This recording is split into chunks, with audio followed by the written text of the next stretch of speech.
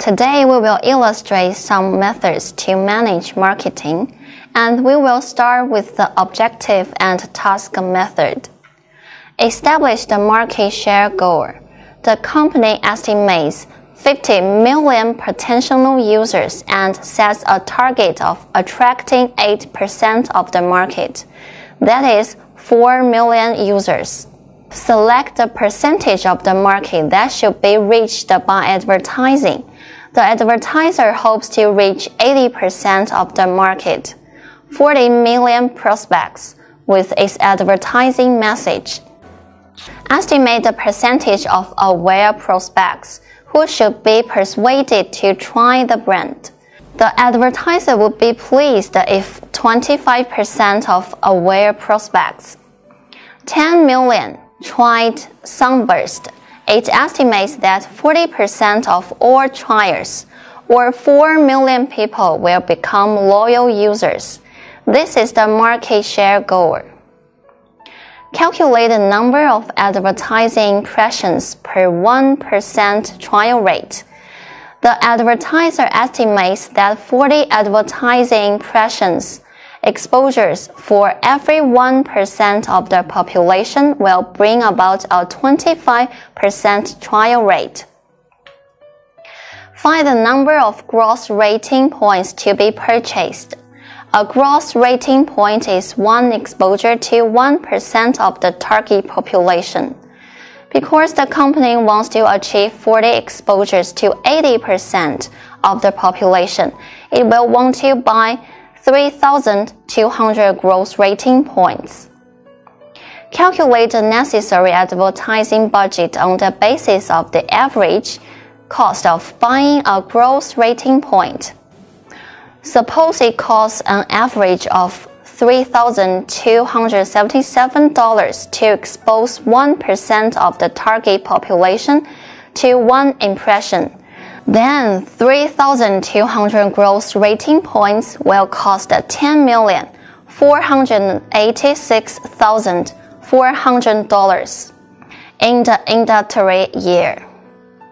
The objective and task method has the advantage of requiring management to spell out its assumptions about the relationship among dollars spent, exposure levels, trial rates, and regular usage. Companies must allocate their marketing communication budget over the 8 major modes of communication: advertising, sales promotion, events and experiences, public relations and publicity, online and social media marketing, mobile marketing, direct and database marketing, and the sales force. Within the same industry, companies can differ considerably in their media and channel choices. Advertising. Advertising reaches geographically dispersed buyers. It can build up a long-term image for a product, Coca-Cola ads, or trigger quick sales, a Macy's ad for a weekend sale. Persuasiveness. Advertising permits the sellers to repeat a message many times. It also allows the buyer to receive and compare the messages of various competitors. Large-scale advertising says something positive about seller size, power, and success. Amplified expressiveness. Advertising provides opportunities for dramatizing the company and its brands and products through the artful use of print, sound, and color. Control. The advertiser can choose the aspect of the brand and product on which to focus communications.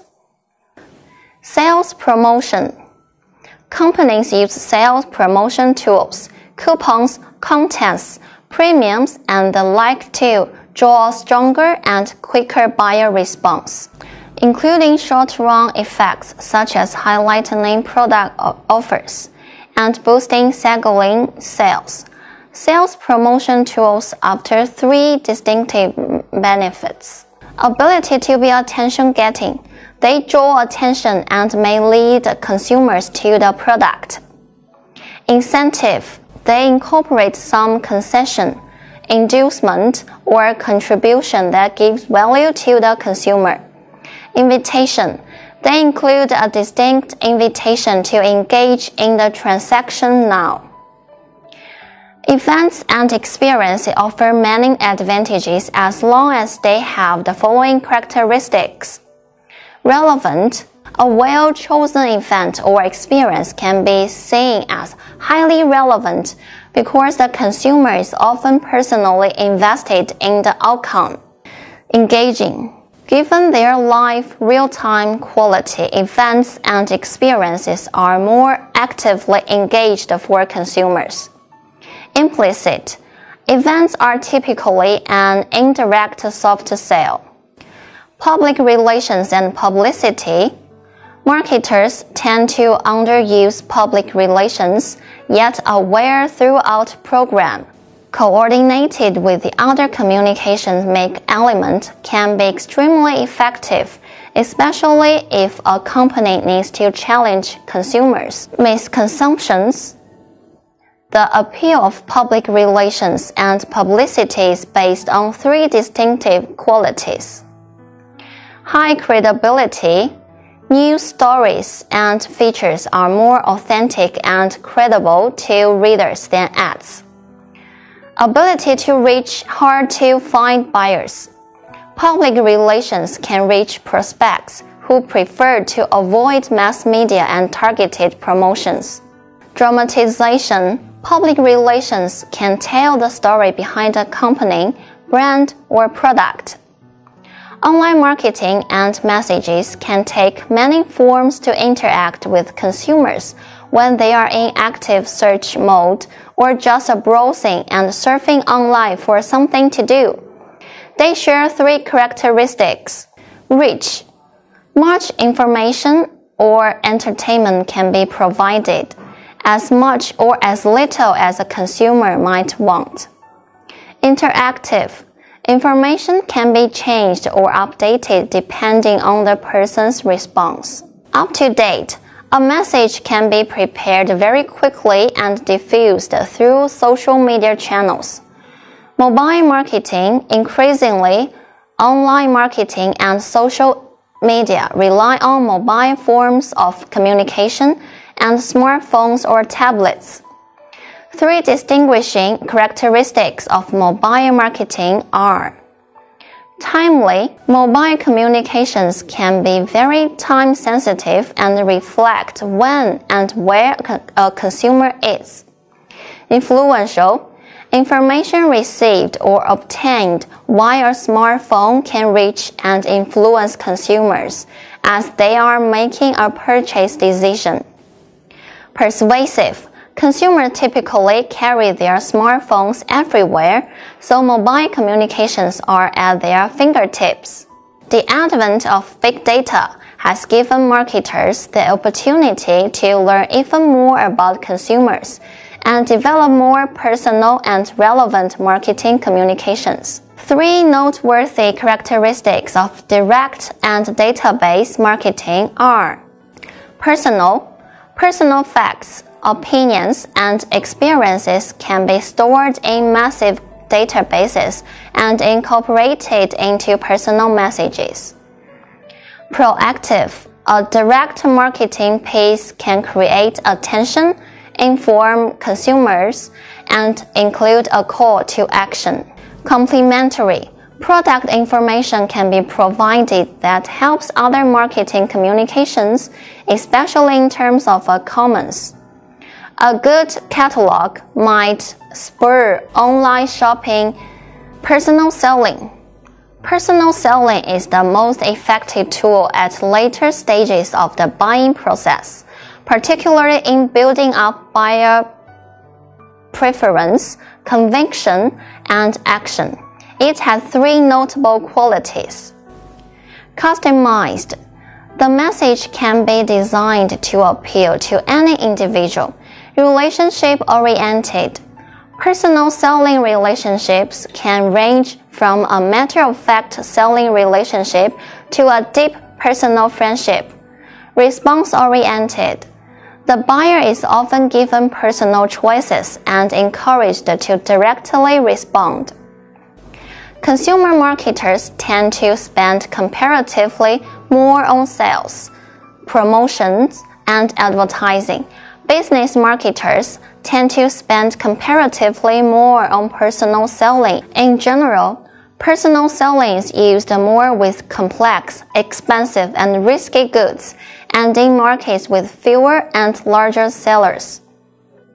Advertising combined with personal selling can increase sales over personal selling alone.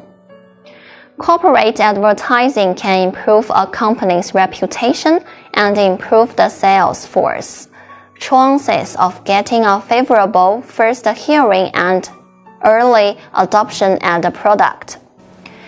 An effectively trained company sales force can make 4 important contributions. Increase stock position. Sales reps can persuade dealers to take more stock and devote more shelf space to the company's brand. Build enthusiasm. Sales reps can build dealer enthusiasm by dramatizing planned advertising and communications support for the company's brand. Conduct missionary selling. Sales reps can sign up more dealers. Manage key accounts. Sales reps can take responsibility for a growing business with the most important accounts. Product life cycle stage. In the introduction stage of the product life cycle, advertising, events and experiences, and publicity have the highest cost.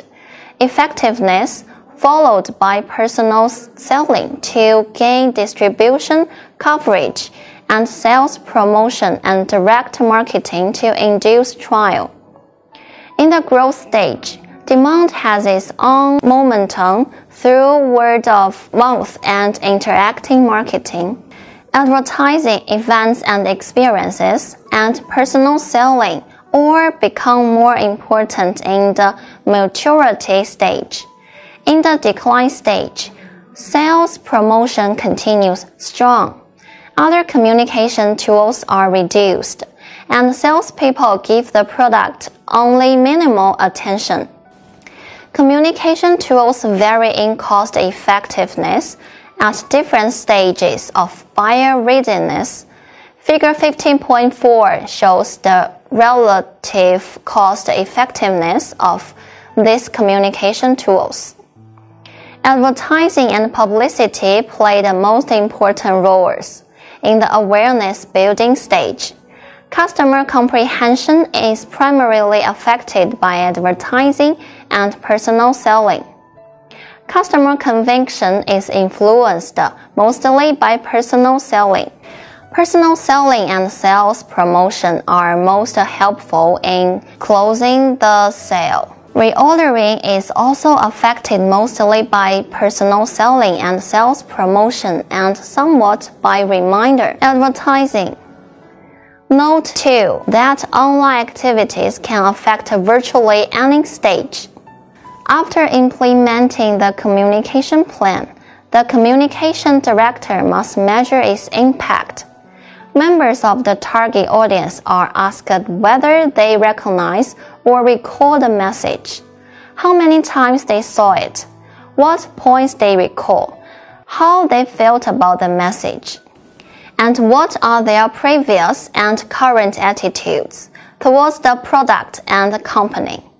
The communicator should also collect behavioral measures of audience response, such as how many people bought the product, liked it, and talked to others about it. Figure 15.5 provides an example of good feedback measurement. We find 80% of the consumer in the total market are aware of the brand A. 60% have tried it, and only 20% who tried it and satisfied. This indicates that the communications program is effective in creating awareness, but the product failed to meet consumer expectations. In contrast, 40% of the consumers in the total market are aware of brand B, and only 30% have tried it, but 80% of them are satisfied. In this case, the communication program needs to be strengthened to take advantage of the brand's potential power. When done well, this planning process evaluates the strategic role of a variety of communications disciplines and combines them seamlessly to provide clarity, consistency, and maximum impact of messages. The wide range of communication tools, messages, and audience available to marketers makes it imperative that companies move toward integrated marketing communications. They must adopt a 360-degree view of consumers to fully understand all the different ways communications can affect behavior. Media coordination can occur across and within media types, but markets should combine personal and non-personal communications channels through multiple stage campaigns to achieve maximum impact and increase message reach and impact. Integrated marketing communications can produce stronger message consistency and help build brand equity and create greater sales impact. In assessing the collective impact of an IMC program, the marketer's overriding goal is to create the most effective and efficient communications program possible. The following 6 C's criteria can help determine whether communications are truly integrated. Coverage. Coverage is the proportion of the audience reached by each communication option employed, as well as the amount of overlap among those options. Contribution. Contribution is the inherent ability of a marketing communication to create the desired response and communications effects from consumers in the absence of exposure to any other communication option. Commonality. Commonality is the extent to which common associations are reinforced across communication options. That is, the extent to which different communication options share the same meaning. Complementarity. Communication options are often more effective when used in tandem. Complementarity relates to the events to which different associations and linkage are emphasized across communication options. Conformability. In any integrated communication program, the message will be new to some consumer and not to others. Conformability refers to the extent to which a marketing communication option works for such different groups of consumers. Cost. Marketers must evaluate marketing communications on all these criteria against their cost to arrive at the most effective and most efficient communication program. That's for today's session. Next time, we will start Chapter 16. Thank you.